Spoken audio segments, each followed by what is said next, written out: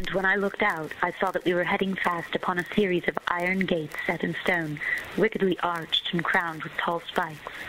But what unnerved me completely was beyond the gates. A set of doors, heavy and wooden, pointed arch towering higher than any entrance to any building I had ever seen, crossed with iron bars and studded with heavy bolts. The doors were set in a great wall that appeared to be protecting whatever waited inside. So paralyzed was I by the sight before me, I did not notice that we had already driven past the first of the 3 spiked gates guarding access to the door until I heard it crashing to a close behind us. Where am I? A short drive onward, and we were at the second gate. I turned to look behind me and saw the gates closing, one after the other, by power of unseen hands, or simply through years of habit. More accustomed were they to being closed than open. Were these gates erected for the protection of this great establishment, for the security of these admirable administrators of magical medicine? Were these prison bars meant to keep intruders out, or to keep its inhabitants in? With each turn of the wheel that brought me closer to the last gate, I tried harder to drown out the answer to my question with whatever music I could conjure into my head. Approaching the third, I began to lose my grasp on reality. I imagined we were going in circles, driving through the same gate over and over again, endlessly circling, as though there were a certain number of rotations that must be completed before access to this unknown world was granted to us.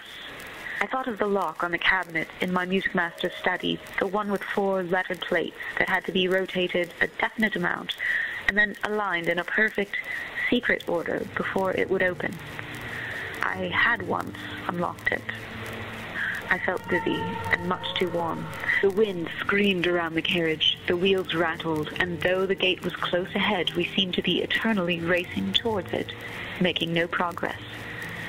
A bird, something like a raven but a great deal larger, soared overhead, and, emitting a strange metallic growl into the blackening sky, circled above the ever-approaching gate. As it did so, I caught sight of the sharp spikes gleaming in the pummeling rain.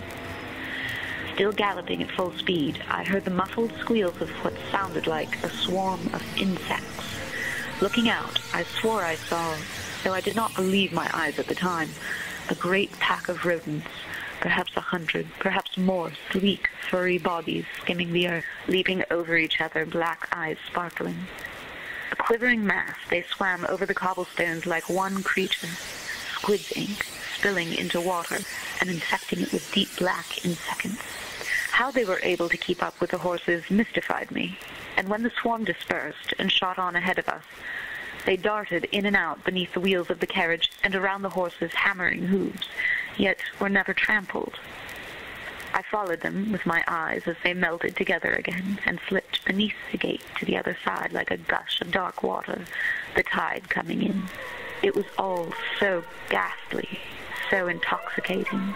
My body convulsed in a quivering wave somewhere between horror and wild anticipation. And then, the final gate having slammed closed behind us, we were at the ultimate precipice at last.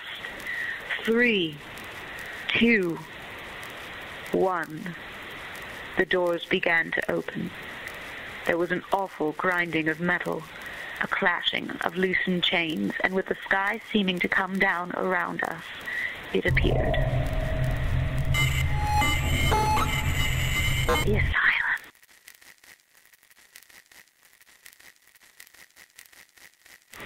Case number 222, date of admission February 14th, 18. Name, Emilie, last name unknown.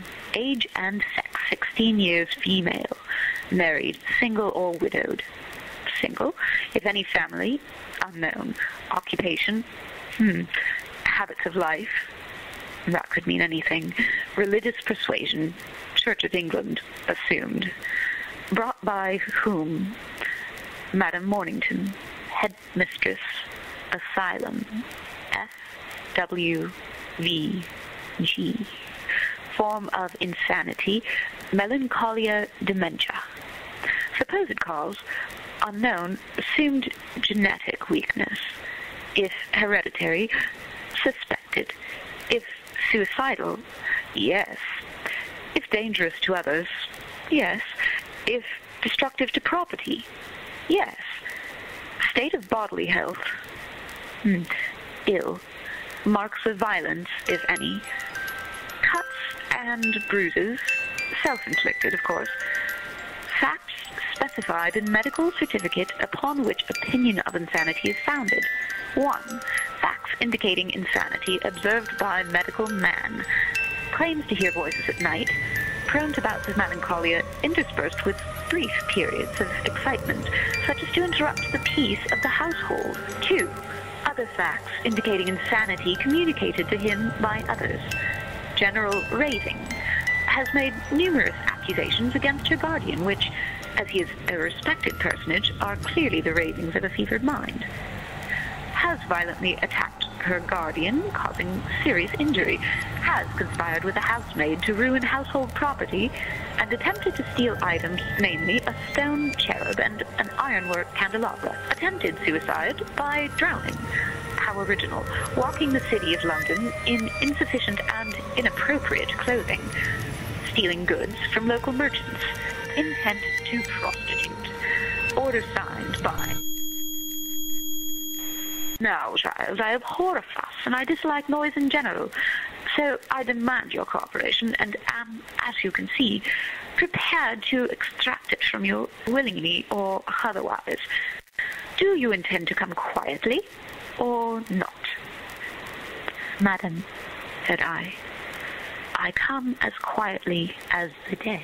Brilliant, brilliant, only the like restraints then, gentlemen.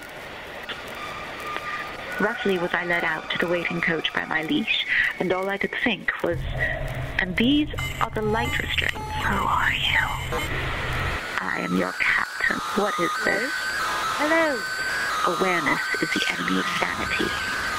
For once you hear the screaming, it never stops.